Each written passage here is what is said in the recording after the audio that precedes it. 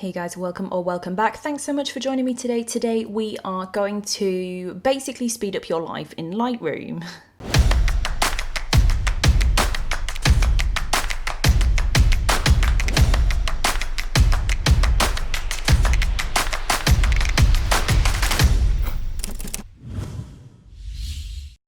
So what we're going to do today is we're going to set up some Lightroom presets for import, which can help to speed up your workflow and basically just add a little bit of continuity to what you do, because I personally find it hard to remember to do certain things every single time. So I find this preset setup really useful. If you haven't already, please do go ahead and press the subscribe button and hit the bell icon. And when you have done that, let's go ahead and start. So to basically do this little trick, you do need to have a Lightroom Classic open. If you don't know what Lightroom Classic looks like, it looks like this. This is Lightroom Classic, okay? And with Lightroom Classic all set up and ready, then the next step to do is to open it up, and hopefully you will have imported something into Lightroom before right now. If you have done that, then this should work absolutely fine. If not, don't worry, just run a picture in and then come back here.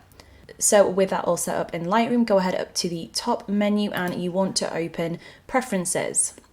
So when you've opened Preferences on a Windows computer, it looks pretty much exactly the same, so don't worry.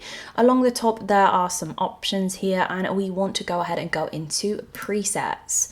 Okay, so within the presets section, you get loads of different options down here. We're going to specifically focus on the raw default section. So basically what we're doing is we're saying, hey, Lightroom, when I bring in a raw file, I want you to do these things as standard, which is just basically makes life quicker and easier. So in the section where it says master, that does Adobe default, which, to be fair, as a color profile, I don't particularly like it. It adds a little bit too much of everything for me, and therefore for me, I head into this little drop down, go into preset, go across and down. You can set up presets to be imported, that's fine, but for me I go into defaults and then I choose Adobe Portrait plus Lens. So what that does when that's set up basically is it fixes any lens distortion, it fixes lens vignetting, and it applies Adobe Portrait as the working profile kind of thing to the images. So with that set up there, you can go ahead and choose one of the other options, absolutely fine. I do not mind. You can do whatever you want to, and you can also, if you want to, override the master settings for specific cameras and select, if you want to, the camera and then specifically set up a default. But for me, it's just not needed, so we can go for a master. So with that done, we then can close it. On a Windows, you might need to click save. I cannot quite remember. And then let's see if this works. So I did some little photographs today of Bright, which were super fun to do. So basically I just did some little bits in studio with Dan, because we were like, yeah, why not, what should we do today?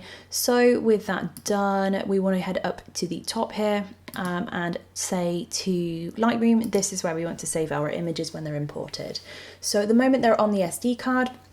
I'm going to move them into my folder structure.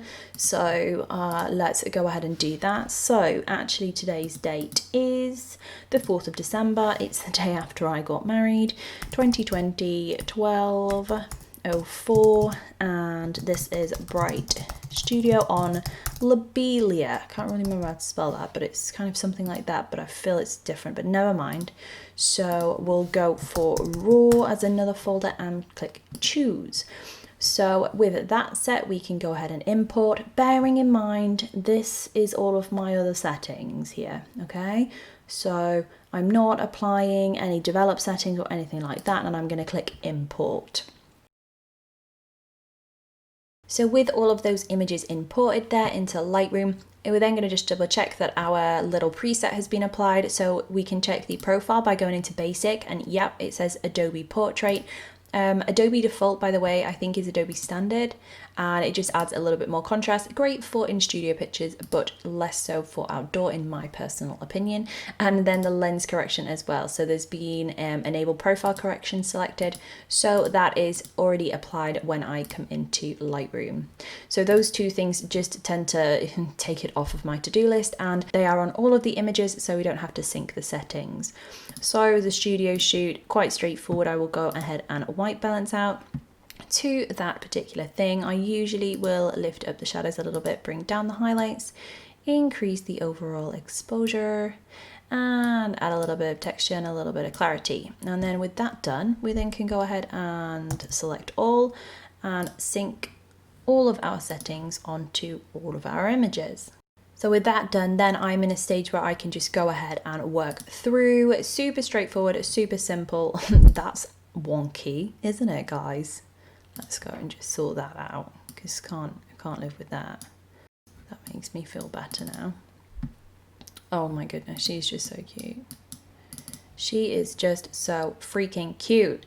Yeah, before I get distracted any further with the adorable puppy that is Bright at 9 weeks old, I will leave you guys to it. So that's it for today's video. I hope that this little trick has been helpful. I know it's only little, but genuinely, anything that saves time is a win, in my opinion. So do with it as you wish. I'll bring you more tips soon. And if you haven't already, please do press the subscribe button, because, you know, I just really appreciate it. I will see you all again super, super soon.